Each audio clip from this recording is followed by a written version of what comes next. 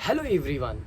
Orissa state के Balasore district के FM college फ़कीर मोहनचंद ऑटोनॉमस कॉलेज के बीएड द्वितीय वर्ष की छात्रा जो कि 20 साल की थी, उसने प्रिंसिपल ऑफिस कॉरिडोर में आत्मदाह कर लिया। आत्मदाह का reason sexual harassment, mentally trauma बताया जा रहा है। जो उनके एचओडी थे समीर कुमार साहू, जो एक्यूज्ड हैं, उन पे जो है वो सेक्सुअली हरासमेंट का इल्ज़ाम लगा हुआ है। यहाँ तक ये भी बात है कि उस छात्रा ने पहले जुलाई स्टार्टिंग में जो है वो कंप्लेन की थी कॉलेज में, बट वहाँ पे कोई सुनवाई नहीं, और अदर जो है वो जगहों पे वो कंप्लेन की, कहीं पे कोई सुनवाई नहीं हुआ, जिसकी वजह से उसने 12 जुलाई को आत्मदाह कर लिया। ऑफिस में जो है प्रिंसिपल गैलरी में जो है वो उसने आत्मदाह कर लिया। जो एचओडी थे समीर कुमार साहू, उनके द्वारा जो है वो सेक्सुअल हरासमेंट जो है वो किया जा रहा था, और दिलीप घोष जो कि प्रिंसिपल थे, उनसे भी कंप्लेन किया गया, लेकिन उन्होंने भी उस कंप्लेन का कोई भी संज्ञान नहीं लिया। तो चलिए बताते हैं कि कौन कौन सी जो है वो धाराएं लगी हैं सुनील कुमार साहू पे। तो सबसे पहले हम बात करते हैं सुनील कुमार साहू पे बीएनएस की section 5 clause 1 sub clause 3 sexual harassment, section 78 stalking, section 79 insulting the modesty of women, section 351 clause 2 criminal intimidation, section 108 abatement of suicide and section 3 clause 5 common intention of BNS। इतनी जो है वो धाराओं में एचओडी के ऊपर case जो है वो दर्ज किया गया है। प्रिंसिपल जो हैं उनके ऊपर भी केस दर्ज हुआ है। जो प्रिंसिपल थे आपके दिलीप घोष, उनके ऊपर कौन सा केस दर्ज हुआ है? क्रिमिनल नेग्लिजेंस का, वो क्योंकि उन्होंने कंप्लेन जानते हुए भी कोई संज्ञान नहीं लिया, इस वजह से उनके ऊपर क्रिमिनल नेग्लिजेंस का जो है वो केस दर्ज हुआ है। अब हम बात करते हैं कि क्या चीज़ें थीं वहाँ पे, ठीक है।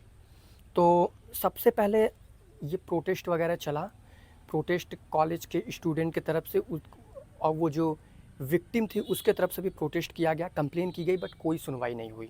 जो कि 12 जुलाई को विक्टिम ने जो है वो कॉलेज कैंपस में ही प्रिंसिपल ऑफिस के सामने जो है वो सुसाइड कर लिया, आत्मदाह कर लिया, ठीक है।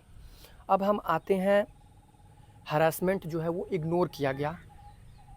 एक होती है कॉलेज में, ठीक है, कॉलेज में होती है इंटरनल कंप्लेन कमेटी, जिसको हम लोग आईसीसी कहते हैं। वो हर कॉलेज में होती है। वो यूजीसी की तरफ से वो गाइडलाइन भी है 2013 की, आई थिंक यूजीसी की तरफ से, हाँ, एक बार हम कंफर्म कर लेते हैं। यूजीसी गाइडलाइन 2016 की ये गाइडलाइन है कि इंटरनल कंप्लेन कमेटी हर कॉलेज में होनी चाहिए, जो कि अगर कोई कंप्लेन करता है तो 90 दिन के अंदर उसकी सुनवाई होनी चाहिए, और एनुअल रिपोर्ट भी वो मांगता है हर साल का कि उस कंप्लेन पे क्या आपने संज्ञान लिया। और एक एक्ट है sexual harassment of women work place act 2013, जहाँ पे वुमेन्स काम कर रही है वहाँ पे अगर सेक्सुअल हरासमेंट हो रहा है तो इस पे एक एक्ट बना हुआ है, sexual harassment of women at work place act 2013।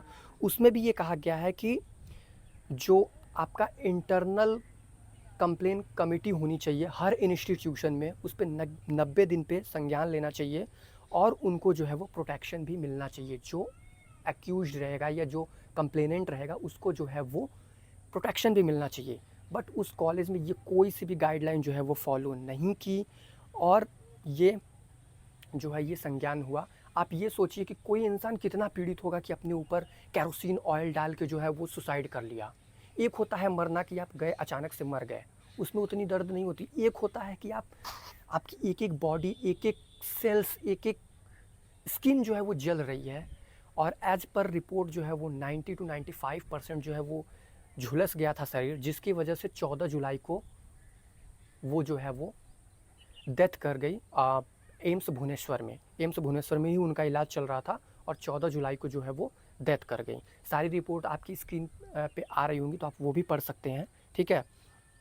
तो मेरे हिसाब से सारे लोगों को लॉ की नॉलेज होनी चाहिए कि कैसे क्या करना है। हाँ, इस पे गवर्नमेंट ने भी ये एक्शन लिया है कि फास्ट जो है वो जजमेंट आएगा, फास्ट जो है वो न्याय मिलेगा, बट मिल जाए तब ना।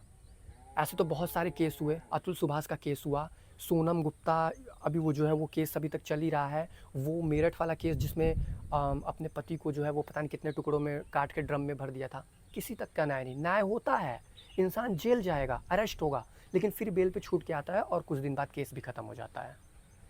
अगर कोई इंसान मर रहा है, जो डेथ डिक्लेरेशन आपके पास है, वेल एंड प्रूफ है, तो तुरंत उस पर एक्शन लिया जाए।